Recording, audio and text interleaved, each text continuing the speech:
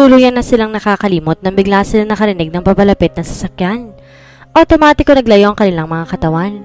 Tumayo si Eric at walang salitang inakay si Roxanne pabalik sa motorsiklo. Bigla ay nag-alala si Roxanne. Galit ba ang lalaki? May nagawa ba siya o kinilo sa sukat ikagalit ito? Lalo siyang naguluhan nang paandarin na nito ang motorsiklo at wala silang imikan na umalis sa pook na iyon. Ayaw man niyang magtanong dahil nakakadama siya ngayon ng labis sa pagkapahiya sa ginawang pagpapaubaya. Ilang sandali pa inihimpil na nitong motorsiklo sa hindi kalayuan ng bahay nila. Salamat, tipid niyang paalam, yuko ang ulo. Roxanne! Huminto siya sa mabagal na paghakbang at nilingang lalaki. Humakbang ito palapit sa kanya. I'm sorry sa nagawa kong kapangasan. Maniniwala ka kaya kung sasabihin kong first time ako nagkaganito sa babae? Saad nito nang halos isang tangkal na lamang ang pagitan nila. Umiling siya. Gusto niyang ipahiwatig na hindi nito kasalanan ang nangyari. Nalaglag ang mga balikat ni Eric. Inakala nitong hindi siya naniniwala. Nagkagalit ka ba sa akin? Pinilit niyang ngumiti. Ayaw niyang mag-alala ito. Can I see you again? Tanong ng binata. Yes, sasama ulit ako kay na Michelle. No, ayoko makita ka ng mga tao doon. Napamaang siya sa inasal nito. Hindi bagay sa yung ganong klaseng lugar. Nagkalat ang tukso doon. Doon ka kumakanta? Oo, kaya nga alam ko mga nangyayari doon.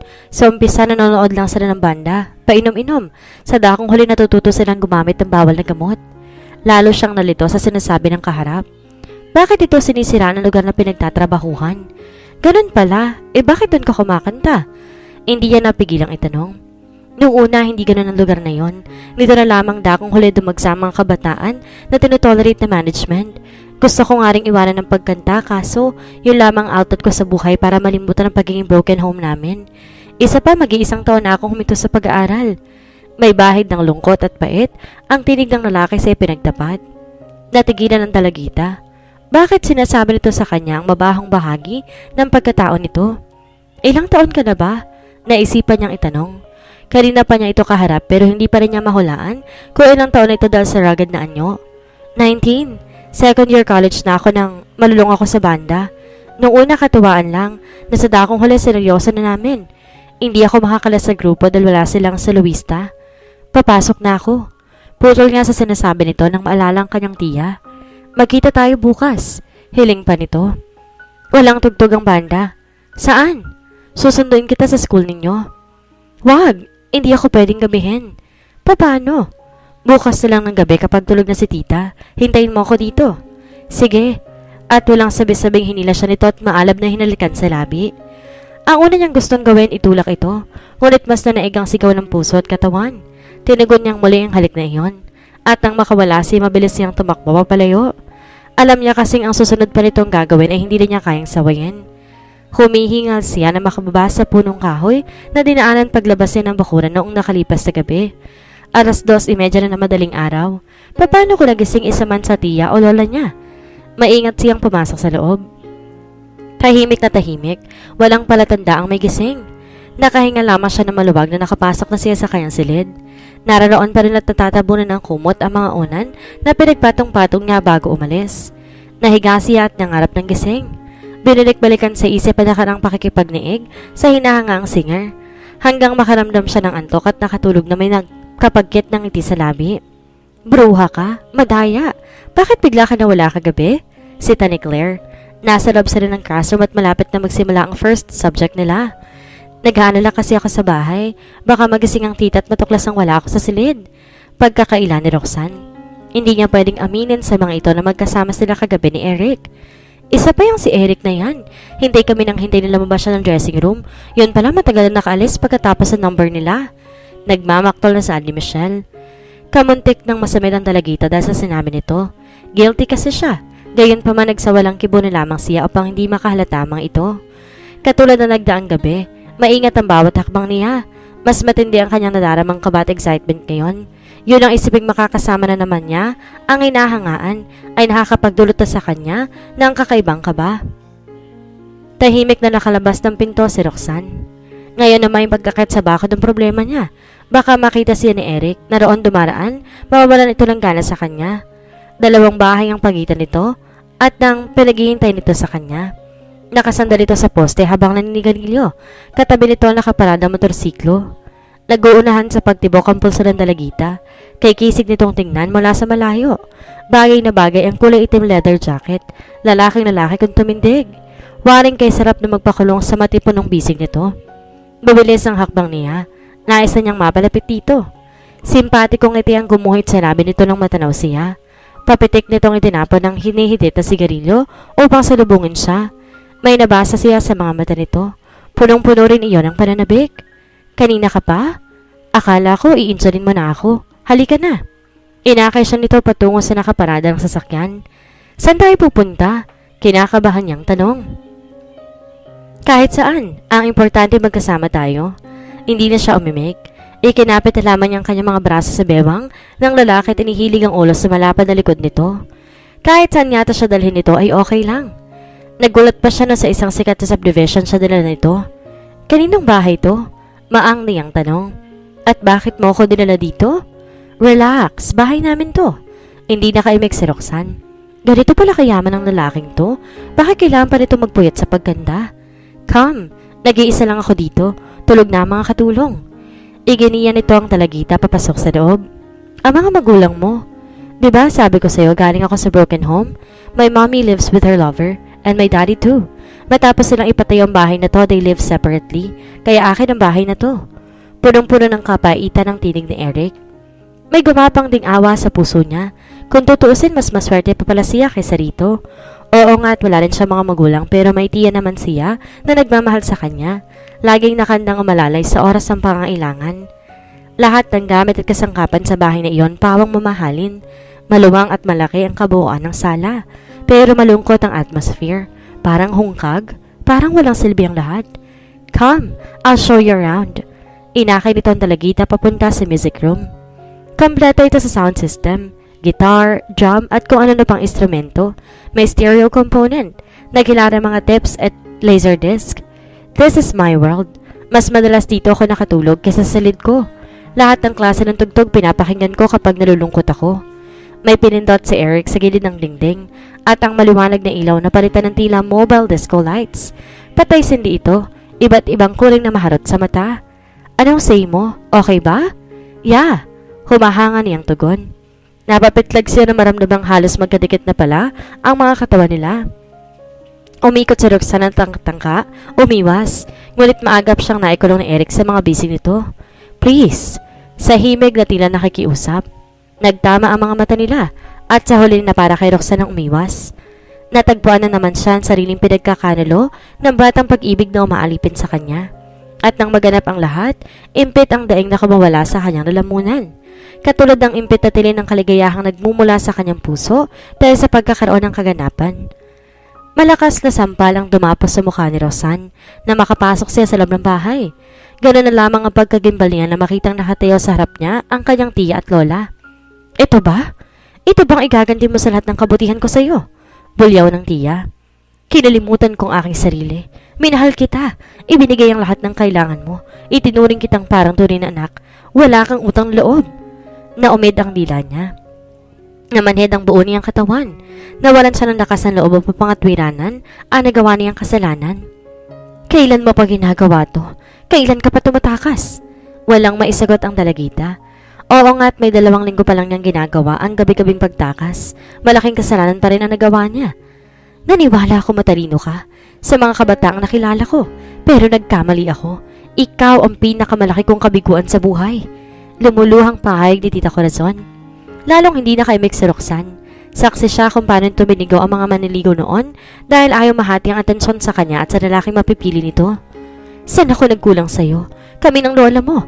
Tita, napatingin si Roxanne sa lola niyang umiiyak. Sige na iha, matulog ka na. Mag-uusap kami ng tita mo, sabi ng matanda. Lulugulugong umakyat sa silid ng dalagita. Sari-sari at halo-halong emosyon ang umaalipin sa kanya. Kay sakit na naging kabayaran sa kaligayahang nakamit niya kay Eric. Gumuho ang pagtitiwala sa kanya ng mahigpit na tiya. Mabigat ang pakiramdam ni Roxanne na magising siya kinabukasan. Bahagya pang kumikirot ay ibabang bahagi ng kanyang katawan na ipinaubayan niya kagabi kay Eric. Gayunpaman pinilit niyang bumangon. Kailangan harapin niyang galit ng kanyang tiya o ang anumang kaparusahan iahatol ito sa kanya. Pinihit niyang siraduran ng kanyang pinto. Nakakandado sa labas. Ikinulong siya ng kanyang tiya. Nagpapanik na kinalabog niya ang pinto. Tita? Lola? Buksan ninyo ito! Ilang ulit pa siya nagsisigaw bago niya tuluyang ulinigan ang papalapit ng yabag. Bumukas ang pinto. Iniluwan nito si Tita Corazon na may dalang tray ng pagkain. Pumasok ito at tinilapag ang dala sa malit na lamesita. Kumain ka na. Mula sa araw na to, hindi ka nalalabas ng silid mo. Matigas na pahayag ng tiya. Pagkaway lumabas ito at muling ikinandado ang pinto. Parang itinulos sa kinatatayo ng dalagita. Magiging preso siya sa silid na ito? Paano ng kanyang pag-aaral? Paano ng kalagayan niya? Paano na si Eric? Mga katanungang hindi niya kayang bigyan ng kasagutan. Hindi niya nagalawang pagkain. Labis-labis na nadarama niyang pagdadalamhati. Sinong pagmamalakihan mo? Hindi ka kakain? Ha?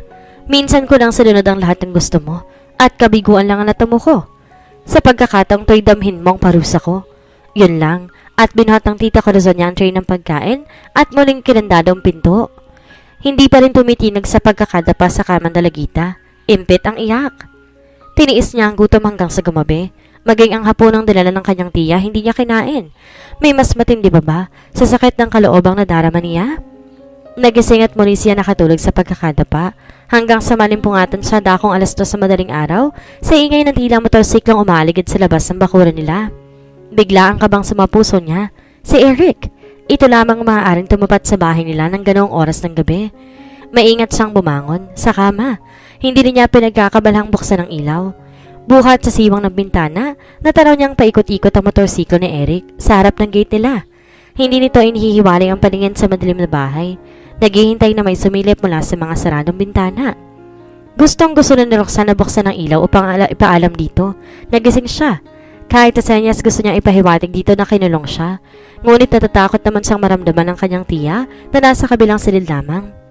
Ilang saglit pang nagpaikot-ikot sa tapat ng bahay nilang motorsiklo hanggang sa tuluyang mainip si Eric at wag pa siyang umalis. Gustong sumigaw ni Roxanne. Gusto niyang humingi ng tulong dito. Gusto niyang isigaw na kinulong siya ng kanyang silid. Ngunit alam niyang lalo lamang ikagagalit ng kanyang tiya ang kanyang gagawin. Nakagat na lamang niya ng mariin ang kanyang labi upang wag na itong magtangka. Muli niyang iniluha ang naging kapalaran. Iuuwi kita sa probinsya. Doon mo na ipagpapatuloy ang pag-aaral mo. Saad ng kanyang tiya, kinabukasang dalhan nito ng pagkain ang dalagita. Tita, ayoko po doon. Napakalayo ng San Carlos City. Hindi niya matanggap ang tuluyang mapalayo kay Eric. Doon nababagay isang harot na kagaya mo. Kala mo ba hindi ko nakita kagabi ang lalaki naging dahilan para lokohin mo ko? Bulyaw nito. Nakamotorsiklo na yung mukha pang adik. Hindi siya adik, tita. Pagtatanggol ni Roxanne. Singer siya ng banda kaya ganun ang ayos niya. Tama na. Wala akong pakialam kahit ano pa siya. Ang mahalaga ay mailayo kita sa kanya. Doon sa mga tito kaloy mo, sigurado hindi kanya masusundan. Yun lang, at ililikuran nito ang dalagita. Sumubsob siya sa una at doon na nangis. Paano ba niya isasatinig sa kanyang tiya na hindi na siya ang dating Roxanne na pinalaki nito, na may dungis na ang pagkababae? Ayaw niya sanang kainin ng pagkain dala nito, ngunit nagugutom na rin siya.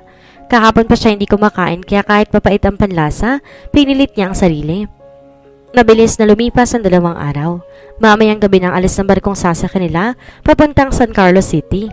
Umiiyak siya ng mga sandaling iyon nang dahang-dahang umingit ang pinto. Lola Barbara! Wala ang tita mo kaya ako nakapasok dito. Lumuluhang niyakap ng matanda ang dalagita. Lola, huwag ninyong hahayaang dalhin ako ng tita sa San Carlos. Ayoko dun. Ayoko malayo sa inyo. Ayoko malayo sa mga kaibigan ko dito. At sa lalaking gumulo sa tahimik mong buhay, may katiyakan ng tinig ng matanda. Napasigok ang dalagita. Alam niyang walang dahilan para magkaila siya. Mahal ko po siya. Ano ang alam mo sa pagmamahal? Napakabata mo pa. Lola, alam ko. Natitiyak ko mahal ko siya. Paghanga lamang yan.